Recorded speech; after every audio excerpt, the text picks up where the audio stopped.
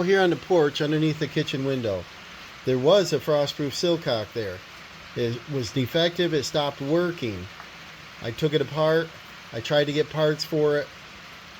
The valve itself was rusted, corroded. I said, let's get rid of it. Inside here, under the kitchen sink, the old valve lined up right here. And we installed the new sink and it moved it down because we did the Lazy Susan. So now the plumbing is not going to line up in a good direction. I believe the 12-inch silcock is going to end up right about here behind the trap. And I think it's going to be difficult to get at. I would like to move it approximately 5 inches this direction. I got to make sure there's not a stud in the way.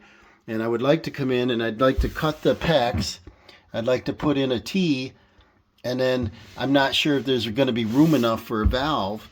But it would be nice to have it either connect right there and stay away from the trap assembly, or have it come over here. The problem over here is there's a jack and a king stud pretty close to that section. So I'm not sure how exactly I want to tackle this. I think if I'm going to drill a hole from the outside, I'll have to take this extra piping down. I just clamped it to the back of the cabinet so it just wasn't sloppy in here. It goes off to the dishwasher. And we do have a valve up here, a valve there, a dishwasher valve. And ideally, if we could connect up on top would be nice.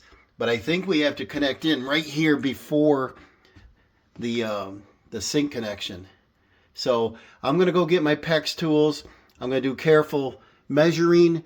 I'm going to go outside, measure where the old hole was, and measure where it's going to come in. If it comes in and it's over here, I'd consider it. If it's behind it, I just think it's in a terrible spot.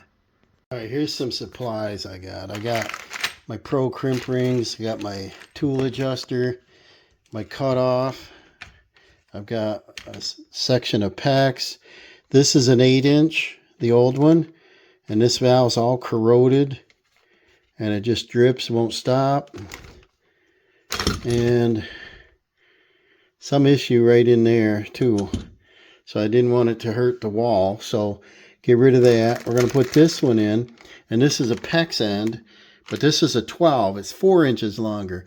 I probably should have kept hunting for a 10. I couldn't find a 10. I had an 8 and a 12 choice. And I said, well, I better go with the longer one. The other connection was right at the wall. Like you couldn't even hardly get to it. Now, so this is 4 inches longer, and I probably should measure exactly how much longer.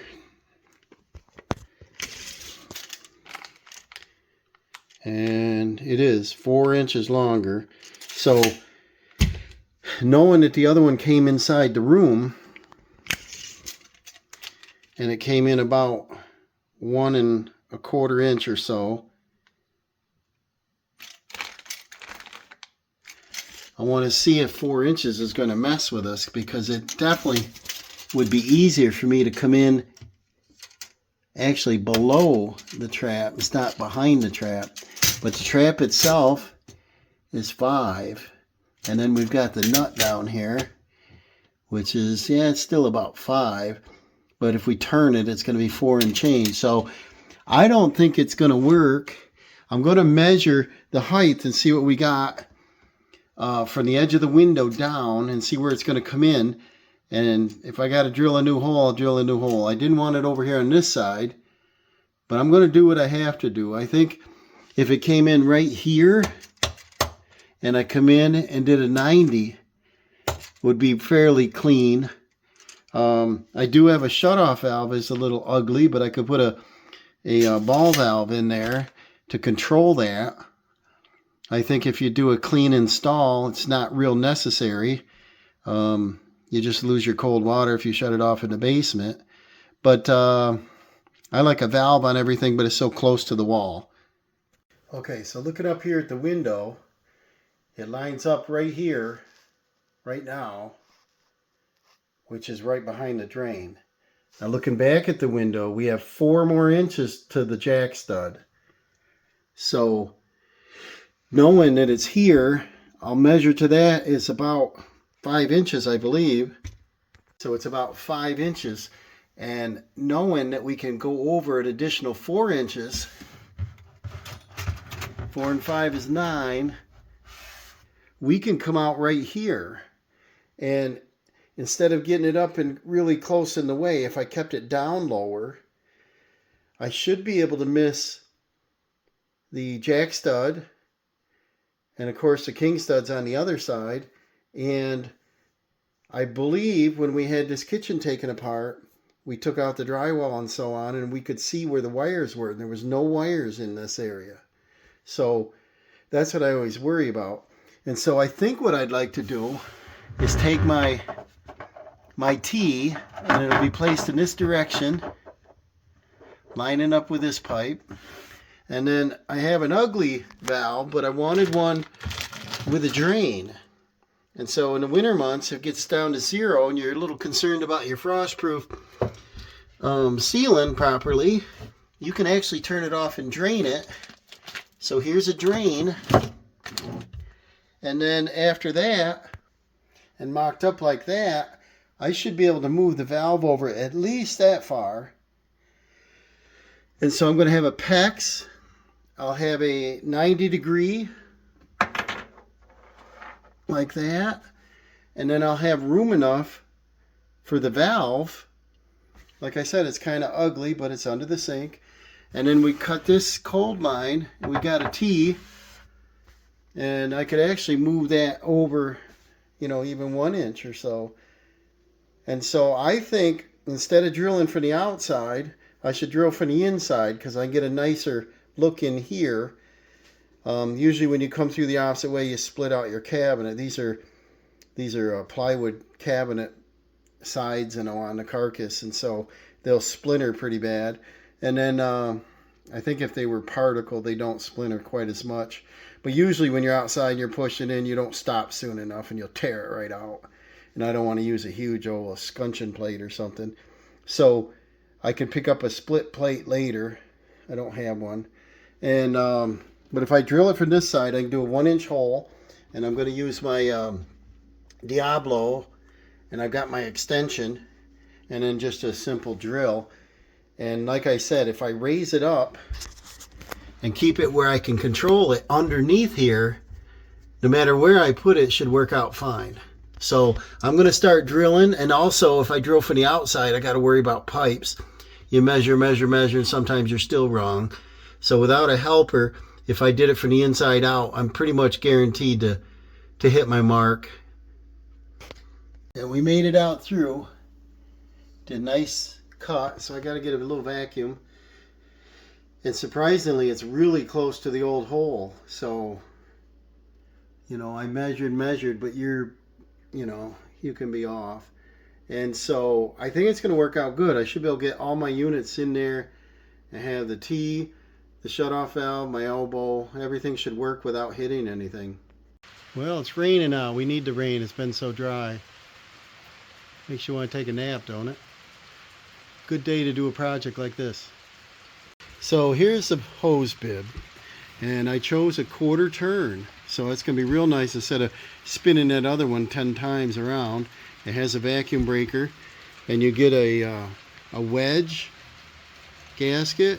And what that does is it tilts it downward slightly, not much, enough so that when you close off the valve, which is back here, it's a long stem, that the water will drain out. So a lot of people tend to tighten it up and keep on tightening because the water keeps dripping out and they don't think they'd shut it off. But you've got volume of water in here. So recommend to just close it and then, you know, wait a minute. If it stops dripping, it's done. And then we're going to put it in with 2 screws, and we may caulk the perimeter, may not. Looks a little sloppy right now, but the old hole was right there. So I moved it over, and I decided to fill the hole because the screw needed to go into it. So I used the wood filler. It's almost hard right now. I'll clean that up, sand it, and we have to paint it anyway. We haven't painted this wall yet. I got touch up on it still. And I'm just going to sand that smooth. This will be looking good. Let's go inside and get her hooked up. I didn't run the vacuum, but see how nice that comes in. And it's down below the trap, so it's not going to mess with us. I'm going to put a 90 degree and come over, and we'll go ahead and install a valve. It might be ugly, but it's going to work. And it has a drain on it, and that's what I thought would be good. I can get the pressure off if it's necessary. And then we got to shut the water down. We'll go ahead and put the T in. It can be a little hard to work in here with a PEX tool, but we'll struggle. I'm going to try to build everything as a unit. Put it up there, cut, and have 3 to do at the end. So I've got my T, and I put my Pro Crimp on, and what I like about those is on the end they have a spacer, and that keeps you in the right spot, 1/8 of an inch. And so now I'm going to slide my valve on. Then I'll do another section with a 90 going back to that. Yes, every connection, every bend, reduces the amount of water flow. But in this case, I don't want some big swooping pipe, All right, there we go. Got my crimp ring on. I took my adjustment tool. I shouldn't say that. My gauge. Made sure the 1/2 inch fit over. If you don't crimp them proper, the gauge will not fit. And we came up, we put a T in it. We've got a shut-off valve. And then we've got a drain on this side of it. So that would drain this if I ever needed to, do so, whatever. And that's a clean install. And so what I want to do now is go turn the water on and test everything. Well, the water is on. It's super dry. I love it. That's what I like about PEX. Now, I was considering shark bite fittings, the push-ons, but that's a lot of push-ons, and you're relying on them. These crimps, I've never had an issue with them. They're not as pretty, maybe. They're not chrome and shiny, but not too many people are going to look under the sink. So we got a shut-off valve. We've got a drain on it, and we got a connection. Let's go out and test it outside. Got some cleanup work to do out here, but let's see what we got. This is a 1/4 turn. That's it. Before, you used to have to spin, 3-4 times around. I like that. Positive stop. You see the continuing drain. Don't be concerned with that because you have that whole length of pipe. In this case, it's a 12-inch. And so I'm pretty happy with that. We're all set.